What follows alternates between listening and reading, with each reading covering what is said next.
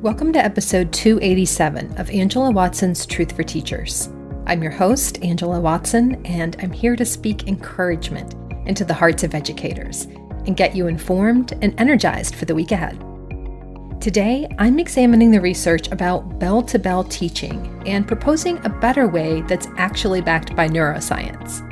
Visit truthforteachers.com for an easy-to-read, easy-to-share version of this podcast episode. If you have a side hustle as a tutor, coach, or any other business that requires clients who need to book appointments and pay for services, check out practice.do. Practice.do is the simplest platform I found for streamlining everything from scheduling, reminder messages, invoicing, and record keeping. It's perfect for teachers who tutor and want to keep all communication and payments in one easy, professional-looking tool for themselves and for clients. Any Truth for Teachers listeners can try Practice free for 7 days and get 50% off their first 3 months using the code TEACHERS. Learn more at practice.do. Did you hear that I've started a new podcast? It's called the Truth for Teachers Daily Encouragement Podcast, with new episodes dropping each day from Monday to Friday. Every episode is just 3 to 5 minutes long, so it's perfect to listen when you first wake up to start your day on a positive note, during your commute to ease into school mode, on your break to re-energize yourself for the afternoon, or after dismissal to ground, calm, and recenter when the day is done. The Truth for Teachers Daily Encouragement Podcast is ad-free and exclusive to subscribers for $3.99 a month. Click the link in the show notes to learn more. I recently had a great discussion with some educators about bell-to-bell instruction. This refers to the expectation that students be fully engaged in learning tasks from the first minute of class and to the last. Now, the conversation that we had took place during the live chat of a session in the 40-hour Teacher Workweek online summit. So this was an event that was held over the summer in which teachers shared their best strategies for streamlining and making teaching more effective and efficient. And by the way, if you missed out on that, the recordings are still available. And you can actually see the live chat as well in the recording so that you can follow along with our conversation. So many of the presenters in the summit were talking about ways that they incorporate joy and playfulness into their daily routines and how they build classroom community. And it was clear from the chat that every single teacher attending the session understood the self-evident value of breaks. They understood the value of downtime for students, and yet many said that their districts or their administrators wouldn't permit it.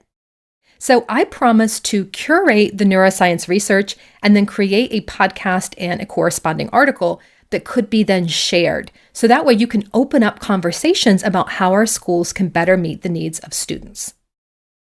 So let's clarify our terminology first, because your idea of bell-to-bell instruction might be different than what I'm thinking of. The concept of teaching from bell to bell generally refers to the expectation that instruction should begin as soon as the first classroom bell rings and continue until the bell rings again. That's where the name came from. Sometimes the interpretation includes an expectation that students are constantly working on their learning goals. So you may hear it phrased that way. Students need to be constantly working on learning goals the entire class period. As you'll discover through this podcast episode, these interpretations of bell-to-bell instruction are not best practice. They are not backed by research about how the brain learns. Now, a more generous framing of bell-to-bell instruction is that we should honor students' time by providing them a constructive learning environment at all times in the classroom. And I can almost get behind this interpretation, but we would have to agree to redefine what a, quote, constructive learning environment looks like. A constructive learning environment, yes, we should provide that at all times if we can envision one that includes breaks. Now, certainly we don't want to waste students' time. You all know that is not what I'm about at all. We don't want to be dragging out transitions.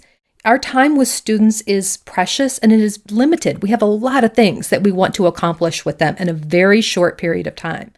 So we do want to maximize instructional time. That's a phrase that you hear me use a lot. What I'm proposing is that we maximize our instructional time by not attempting to pack every single moment with more work. That we let go of this idea that more is better, and we move into fewer things better.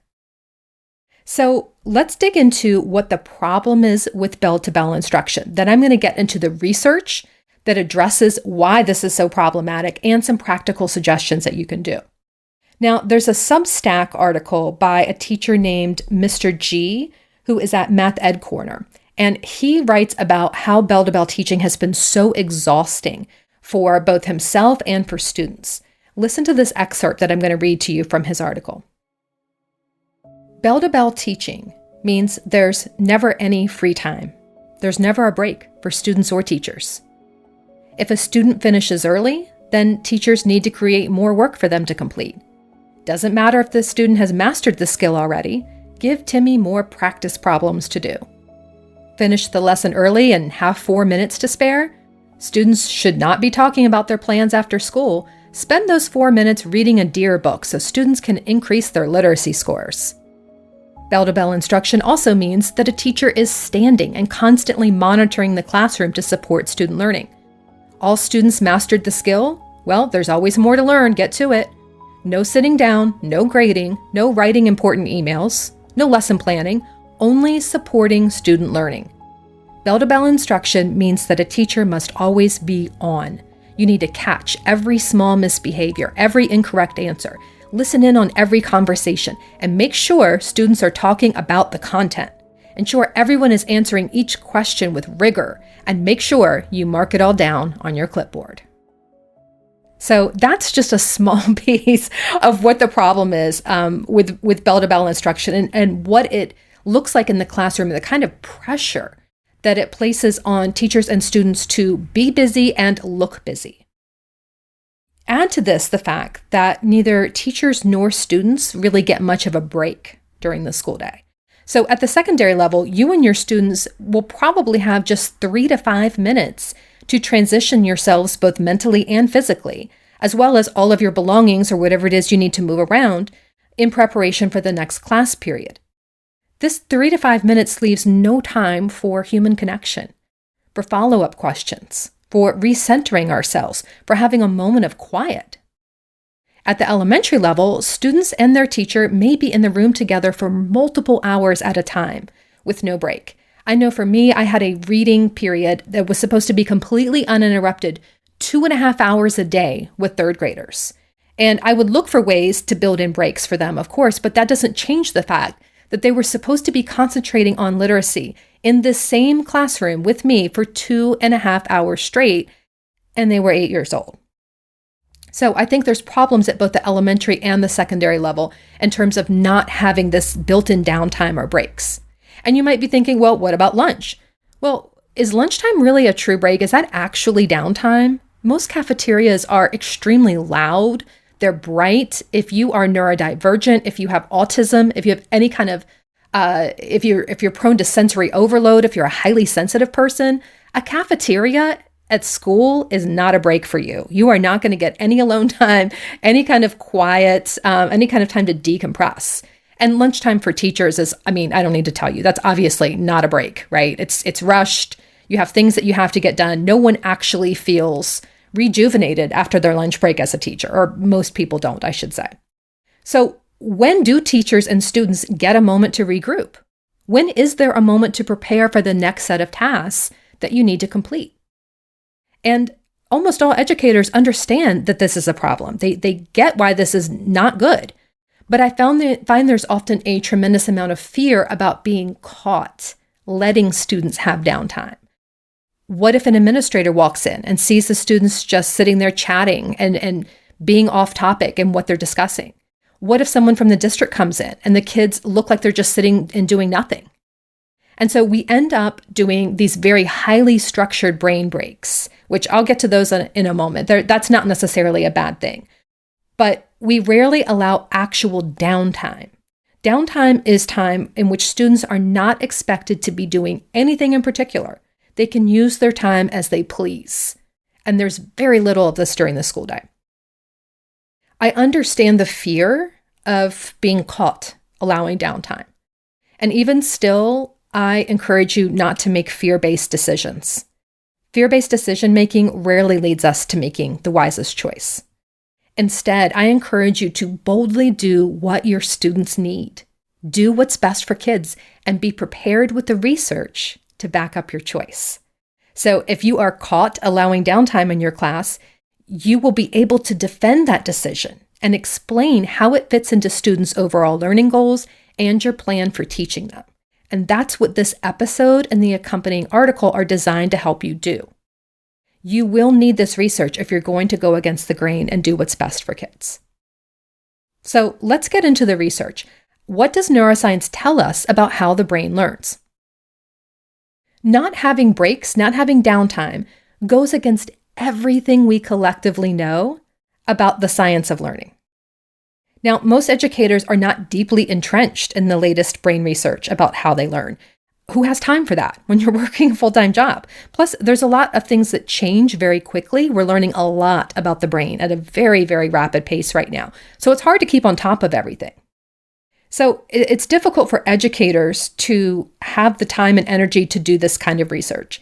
And then we look at the people who are doing the research, the scientists. Well, they're rarely trained in teaching methodologies. They're rarely trained in pedagogy or andragogy, which is best practices for teaching adults.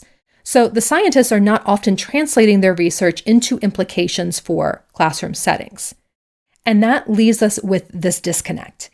Educators are typically interested in brain science and its implications for learning. They want to know. And neuroscientists would typically love to see all of their research put into practical application in the classroom. But there's not a ton of folks doing that crossover work.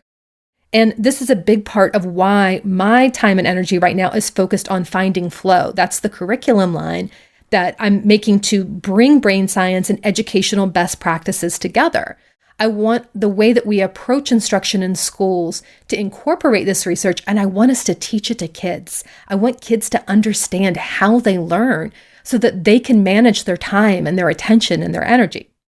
So let's talk about what we know from scientific research about how the brain learns and how it contradicts the idea of bell-to-bell instruction. I'm going to share 6 takeaways from the research, and then I'll share 6 practical suggestions for how you can incorporate the research into your instruction. So here's the first thing to know from the research. Multiple factors must be considered when deciding how much focused work can reasonably be expected. We often assume that if the school day is 6 hours long, that students should be focused for the entirety of that time. Yeah, they'll have a short break for lunch and in between classes, but they should be focused for the 6 hours. However, the 6-hour school day was not chosen based on research about the optimal amount of time that students can and should do focused work every day. Therefore, we shouldn't assume that the best way to utilize those 6 hours is just to pack them with as many academic tasks as possible. There's a notable study that was published in Science Direct by professors at the University of Illinois, which highlights what they call vigilance decrement. This refers to the decline in attention that occurs when we try to maintain focus for extended periods. Their research suggests that taking brief breaks can counteract this decline and help students stay more engaged in the learning process. They also point to different factors that have to be considered when we're deciding how much focus work to require of students. So we have to think about individual attention span, circadian rhythms. We have periods of alertness and drowsiness throughout the day. Task complexity. So a more difficult task is going to be harder to stay focused on over time. There's individual variability to consider. People have different varying levels of concentration and stamina. We have to consider things like physical health, your sleep quality, diet, exercise. All of these influence our ability to concentrate. Environmental factors will factor in, such as noise, interruptions, discomfort. That can make it more difficult to concentrate for an extended period of time. Rest and recovery, which is all about time away from work and away from focusing, will factor in, as well as energy management and work-life balance. So the idea is not that you will need to consider each one of those factors and more for every single student. We're just looking at the logical conclusion here, which is that very few people, much less children, should realistically be expected to do focused work for 6 hours every single workday. There's all of these different factors that have to come into the play when determining whether or not we're going to be successful with that. And research shows that we need to have breaks, which can help counteract some of these limitations on our ability to focus. So that's the first takeaway from neuroscience. The second is this: the brain is like a muscle that can be strengthened, but functions best with repetition and breaks between those repetitions. Anyone who does weight training can tell you that the way to build strength in your muscles isn't to tax those muscles to their limit the entire time you're at the gym, or try to lift weights for hours and hours on end every single day. You need to rest between sets, and you need to have entire rest days to give your muscles a chance to recover before you push them further. To appreciate the significance of breaks between sets of focused work in the classroom, we have to acknowledge the limitations of the human brain. Neuroscientists have clearly shown that our brains operate most efficiently when they alternate between periods of focused attention and periods of relaxation. When students are engaged in learning, their brains are actively processing information, forming connections, and solving problems. This intense cognitive effort can't be sustained indefinitely. Just like a muscle needs to rest after strenuous exercise, the brain requires downtime to recharge and consolidate what it's learned. There's research that has been conducted at the University of Southern California that supports this notion. The studies there have shown that downtime, or what is referred to as constructive internal reflection, is essential for making meaning out of information. During these moments, the brain processes and consolidates new knowledge, which allows it to be retained for the long term. And by the way, the links to all of these studies and more details about it are included in the article that accompanies this podcast. It's in your show notes. I'm trying to make this flow as an interesting audio episode without giving you too much information and overloading your brain as you're listening. But I do have links to all of this research and further information in the written article. So here's the third takeaway from the neuroscience. The brain is not doing nothing during periods of downtime, but rather it's performing functions that are vital to learning and working. Downtime in neuroscientific terms refers to time spent daydreaming or letting your thoughts wander with no agenda or deadline.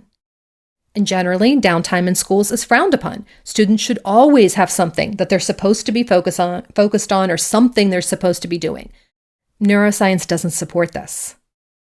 The research from the University of Southern California was conducted via neuroimaging techniques. They wanted to investigate the neural mechanisms that happen during downtime and emotion processing. And what they found is that the brain is not idle during periods of apparent rest or downtime. It is actively engaged in internal reflection. During downtime, the brain is making meaning out of previous experiences, including the lessons they just learned and the skills they just practiced. During downtime, the brain is also processing thoughts and emotions that could interfere with future learning if the downtime is not offered for the processing. In other words, something that might be distracting students or something they're sort of carrying emotionally, the brain processes that during downtime, whether or not the person intends for that to happen. So even if your student is not focused on processing it, just having the downtime can help, and then they'll be more focused on the instruction when it's time to learn. Downtime is an essential part of how the brain processes and consolidates information. It really allows students to connect new knowledge with their existing mental frameworks. The fourth takeaway from neuroscience is that downtime is essential for anyone who has experienced trauma, stress, or emotionally charged experiences. And that is, of course, all of us. A significant portion of the research study that I just talked about focuses on the intersection of emotion and learning. The findings show that downtime is a crucial time for us to process our emotions, which influences our ability to learn and make sense of the world. Emotions really play a pivotal role in decision-making, as well as motivation and overall well-being. There's a lot of talk in educational spaces right now about students' mental health and their socio-emotional well-being, but there's not a lot of talk about how downtime plays an essential role. We focus so much on how kids are, quote, behind, and therefore we can't possibly waste a single minute of the academic day without considering how downtime is what makes concentration on academics possible. So the study that I was citing advocates for the integration of moments of constructive internal reflection into our daily practices. So this means recognizing that learning isn't just about absorbing information, but also allowing students time for introspection, reflection, and emotional processing. And this will help students develop a deeper understanding of the subject matter. The fifth takeaway from neuroscience is that there are limits to the human ability to concentrate and do high-quality work each day. Most researchers put this limit of focused, concentrated work every single day at about 3 to 4 hours. That's the limit for us during the day. And those hours typically don't occur consecutively. There has to be breaks within those 3 to 4 hours. And I have linked to the study that shows this in the article for the podcast. Let's take the Pomodoro method, for example. In this approach, there is a 25-minute work period followed by a 5-minute break. The process is repeated several times, and then a longer break is given. Each break is supposed to be true downtime, in which the individual can get a snack, stretch, go outside, generally take a break from any kind of focused thought or directed activity at all. After 3 to 4 hours of focused work in a day, most people's output declines and their quality of work decreases. Very few adults can do more than 4 hours a day of high-quality work that requires intense focus and concentration. And the number of children who can do more than 4 hours a day of that is even lower. So this research is really at odds with the structure of our school day, in which students are expected to perform optimally for around 5 hours or more, and then go home and do additional work, which requires concentrated effort. In fact, high schoolers may be expected to do around 10 hours of focused work each day, with schoolwork and homework combined. There is no research to support this practice. An occasional day with a higher workload may be possible for some teens, but studying, writing, and reading 10 hours a day on a regular basis is an unreasonable expectation. For some kids, it is humanly impossible, particularly if they're neurodivergent. So there are limits to the human ability to concentrate and do high-quality work. The final takeaway from the neuroscience is this: a break is a way to maximize every moment, because breaks lead to improved attention, memory, and problem-solving skills. While all of the research that I've shared probably sounds reasonable, you may still be hesitant. Maybe you're thinking, well, we just have such a limited amount of time with kids. We have so much to teach them. I don't know how we would even fit breaks in. I don't know how we would even incorporate downtime.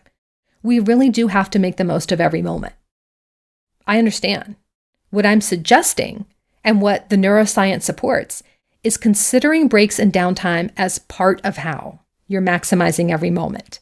So this isn't about letting kids wander the hallways and do whatever they want.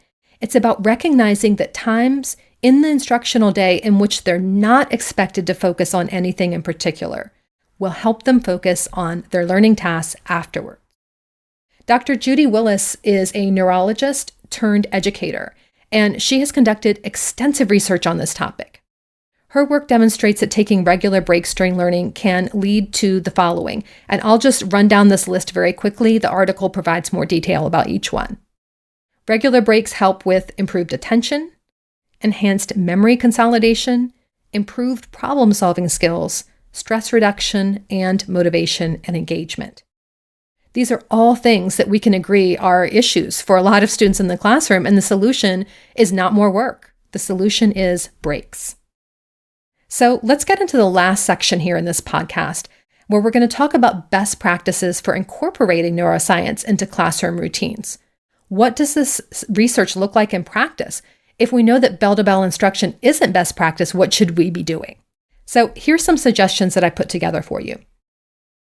The first is to share the research about what students need and how they learn. You could forward the article for this podcast to your colleagues and administrators and ask to open up a discussion about it. Like, hey, could we read this or listen to this together and then talk about it? Most educators and school leaders have an intuitive sense that kids need breaks, but without the research to demonstrate why and how to implement those breaks, it's really difficult to justify. So you can be proactive and get the conversation going in your school or district. The second tip is to teach your students about the benefits of productive breaks and why they're necessary for learning. So we want kids to understand you don't want to just get out your phone and overload your break with more stimulus anytime you have a break. You want to take a productive break, the kind that refreshes your mind for more learning. So this might look like movement, standing up, stretching, walking around. It might look like being in nature, so stepping outside if possible, or even just gazing out the window for a while and daydreaming. It might look like silence, so just putting your head down, listening to white noise through headphones. It might look like talking playfully with friends. These can all be useful ways to recharge during breaks, and students can be encouraged to figure out what type of break they need and communicate it clearly. My curriculum line, Finding Flow Solutions, helps make this process really easy for you and your students. It teaches them what a productive break looks like and how to figure out, do I need silence? Do I need time to talk with friends? Do I need to move around? So they can pay attention and figure it out. You don't have to decide for them and monitor every single student's needs and preferences at all times. We want kids to be able to identify this stuff in themselves, right? And to be able to advocate for their needs to be met. The third tip is to create visual and audio signals for downtime in your classroom. You can display specific signs, images, or PowerPoint or Google Slides during your downtime to indicate to students that they're not expected to think or do anything in particular in that moment. So try turning off the overhead lights, or maybe you're playing songs from a set playlist that you use just for downtime. The idea is to set a tone that seems different from your normal tone in the classroom, with that let's get stuff done vibe, right? We want to have an outward cue that tells students we're shifting into a different way of thinking right now. We're shifting from focused thinking into diffuse thinking, which is another thing that we talk about in Finding Flow, is helping students understand the value of daydreaming and letting their minds wander and what that looks like to switch between focused and diffuse thinking. The other nice thing about creating these visual and audio signals for downtime in your classroom is that it gives visitors a sense that the downtime is intentional and planned. It's not students being lazy or you allowing them to do nothing. It's actually a part of your lesson. The fourth tip is to offer whole class brain break activities as well as unstructured downtime. Brain breaks like those offered on gonoodle.com, if you haven't checked that site out, it's a really great source for, short little videos and activities that get kids up, moving. They're really great. They're very powerful. Kids are really enjoying them. They're a lot of fun. And they appear to observers as an engaging activity. So if someone walks into your classroom and they see kids doing a Go Noodle break, it's clear that this is something that you have structured for your classroom. And the kids are supposed to be doing something, right?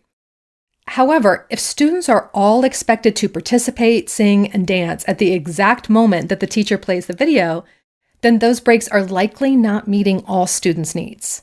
Some kids will want silence for their break. Some kids are going to want to take a break sooner than the whole class break. Some will actually be able to focus for a little longer and don't need the break at the exact time that the teacher implements it. Some kids will get really riled up from the break and they will have a hard time settling down after doing one of these kinds of structured brain breaks. So I do like structured brain breaks. I think there is definitely research to support it. My suggestion is just to offer that in addition to unstructured downtime rather than in place of it. The fifth tip is to avoid rigid rules for what breaks must look like. Try to give choice and allow students to choose what they would like to do, even if it appears to an outsider that they are doing nothing. Let's face it, trying to look busy all day is exhausting. We don't need our students to pretend that they're on task if you're allowing a break. During downtime, students should not have to choose a break that requires them to sit still, pay attention, concentrate on anything, engage in any kind of group activity. True downtime allows choice and allows whatever the student needs in that moment to regroup. And the final tip is this: allow time for introspection and reflection at the end of lessons and activities. Our schools tend to be tremendously stimulating, bright, busy, and noisy spaces. And consequently, students don't get much time to think deeply, to ponder, to wonder.